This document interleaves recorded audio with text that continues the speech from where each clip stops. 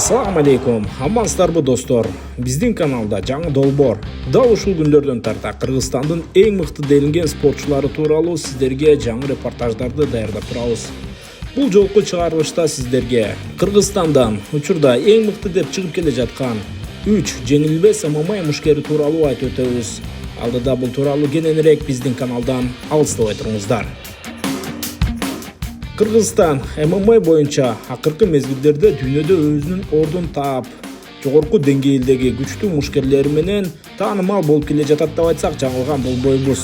Буга чейин дүйнөлүк аренага чыгып ийгилик жараткан Валентина Шевченко, Мыктыбек Оролбай уулу, Нимат Абдрашитов жана Кубанычбек Абдисалам уулу сыяктуу мушкерлердин жолун улап, алдыда чоң оюндарда ийгилик жаратууга камыгып жаткан топ 3 мушкер тууралуу айтып баштасак. Банк жана Каспий KZ жаңы уникалдуу сервис. Эми Мой.О аркылуу Каспий KZ'ге телефон номер боюнча акча которсо болот.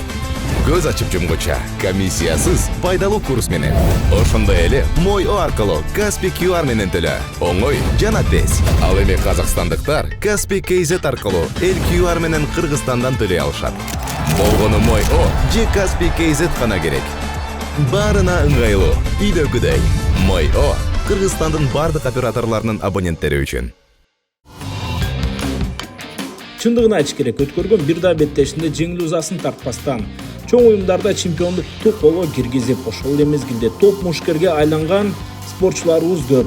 Бүгүн болгону алардын ичинен үчөөн гана тандап айтабыз. Калган мушкерлер тууралуу алдыдагы чыгарылыштарда сөзсүз түрдө баяндайбыз. Ушул убакытка чейин жеңилбей өзүн жогорку деңгээлде көрсөтүп келе жаткан топ 3 мушкердин үчтүгүн Данияр Тойчубек уулу ачат. Кыргызстандык мушкер буга чейин ACA уюмунда өзүнүн эң мыкты делинген беттештери менен көзгө көрүндү.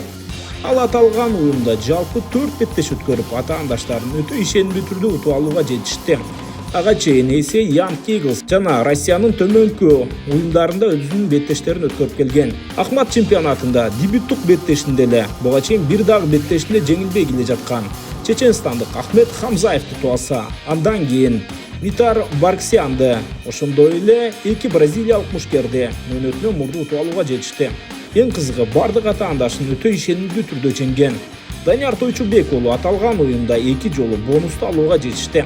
Андан кийин Кыргызстанга кайтып келип, Алато Fighters Liga уюмунда өзүнүн беттешин өткөрүп, ал жакта өзбекстандык атаандашын жеңүү менен бул уюмдун чемпиондук корун колго киргизди. Албетте, мындай күчтүү мушкерлер Кыргызстанда калбашы керек. Данияр Тойчубек уулу жолун андан ары улантып, Dana White Contenders Ligасы менен келишим түзгөн. Бирок виза ала албай калгандыгына байланыштуу Дони Борс Кыргызстанда калып, андан кийинки жолун Азиядан улантууну туура көрдү. Тактап айта турган болсок, Кореянын Black Combat уюму менен келишим түзүп, ал жакта бир беттеш өткөрүүгө жетишти. Августтун 23-үндө болуп өткөн беттеште ал Казакстандын белүү делинген мушкери Руслан Сариев менен беттешип, калыстардын бир тараптуу чечими менен утуп алган. Данияр Тойчубек уулу өткөргөн бардык 11 беттешинде 11 жеңишке жетүү менен алдыда UFC'ге аттанууга камыгып турган учуру. Бирок аталган уюмга баруу канчалык оңой болот, алдыда күтө туралы. Биз бүгүн бөлүп карап жаткан топ 3тө эң күчтүү делинген мушкерлер. Андыктан эч кимдин жойырманы капа болбойт деген оюбуз бар. Экинчи орунда Бакал Каймана ысымы менен таанылган дагы бир Кыргызстандын белдүү мушкери One FC уюмунун топ мушкери Акбар Абдуллаев. Ооба, ал факт жүзүндө One FC'нин чемпиону деп айтсак жаңылган болбойбуз. Себеби аталган оюндун чемпиону Кайт Тангты ал былтыр өтө ишенимдүү түрдө 5-раундда мөөнөтүнө мурда утуп алган. Бирок федерациядан өтпөй калгандыгына байланыштуу Акбар Абдуллаевга чемпиондук кур берилген эмес. Андан кийин быйыл сентябрдын башында орусиялык Ибрагим Дауевди утуу менен кайрадан чемпиондукка ат салышууга даярданып турган чагы. Билбейм, Тангка качан реванш берет, алдыда күтө туралы. Ал эми Акбар Абдуллаевдин жалпы өткөргөн карьерасына бир кылчай өтө турган болсок төмөнкүдө. Ал өзүнүн жолун 2020-жылы Россиянын FMR Fighting Championship уюмунда баштап, анда алгачкы 2 атаандашын мөөнөтүнө мурда биринчи гана раунд утуп алат. Андан соң Кыргызстанга келип, ВФ уюмунда дагы өзүнүн күчүн сынаган. Ошондой эле Россиянын алдыңкы промоутердук компанияларынын бири RCC'де 2 беттеш өткөрүп Константин Симонов жана Александр Трескинди утуп алды. Кыргызстанда өткөн ВФ 121 Гран-при турниринде ал 3 атаандашын утуу менен финалдык бөлүккө чыккан. Бирок финалда учурда UFC менен келишим түзгөн Муртазали Магомедов менен кезгелмек. Муртазали жаракат алып калгандыгына байланыштуу беттештен баш тарткан. Андан кийин Акбар Абдуллаев жолун One Championship уюмунда улантты. Өзүнүн биринчи беттешинде Ho Type O аттуу мушкерди утуп алса, андан кийин Арон Камарте, Халил Альмир, Кай Танк жана Ибрагим Дауовтерди бүт баарын тең мөөнөтүнө мурда утту. One Championship уюмунда Акбар Абдуллаев номер 1 позицияда турат. Ошондой эле UFC мушкерлеринен сырткары түзүлгөн дүйнөнүн рейтингинде Акбар Абдуллаев ортоңку позицияны ээлеп 5-орунда келүүдө. Акбардын One Championship менен түзүлгөн келишими менимче чемпиондук курдалгандан кийин аяктайт окшойт. Бирок кез келген учурда бул мушкерибизди UFC'ден көрүп калышыбыз мүмкүн. Бутка туруу абалында өзүн жогорку деңгээлде көрсөтүп жаткан мушкерге UFC уюму сөзсүз түрдө кызыгуу билдирери турган иш.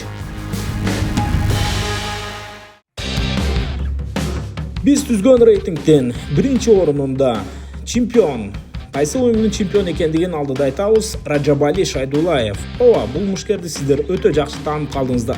Ал өткөргөн 15 беттешинде 15 жолу мөөнөтүнө мурда жеңишке жетүү менен бүгүнкү күндө Кыргызстандын эң перспективасы күчтүү делинген мушкери катары айтылууда. Ал өзүнүн жолун Кыргызстандагы уюмдарда баштап, алгач 4 беттешин Батыр Башы уюмунда өткөрүп жеңишке жеткен. Андан кийин AC Young Eagles'та 3 беттеш өткөрүп Анзор Элгараев, Асфат Ахматов жана Ислам Бабатовдорду утуп алат. Ошентип AC Young Eagles'тагы күчтүү каршылаштарды уткандан кийин ал жактан да нары беттеш өткөрүү өтө кыйын болуп чыгат. Себеби Рajabка чыга турган мушкерлер саналуу гана болчу. Көп күтпөстөн Кореяга жол алып Rot FC 64 турниринде катышып Ji-Young Yang'ды утуп алат. Андан кийин дал ушул уюмда дагы башка беттештерди өткөрүш керек болчу. Бирок кичине гана салмак кылууда ката кетиргендигине байланыштуу Rot FC'деги атаандаштары беттештен баш тартат. Ошентип Рajabali ал уюмдан дагы кетип 2023 жылдын октябрь айында Бириккен Араб Эмираттарынын UAE Warriors уюмунда бир беттеш өткөрөт.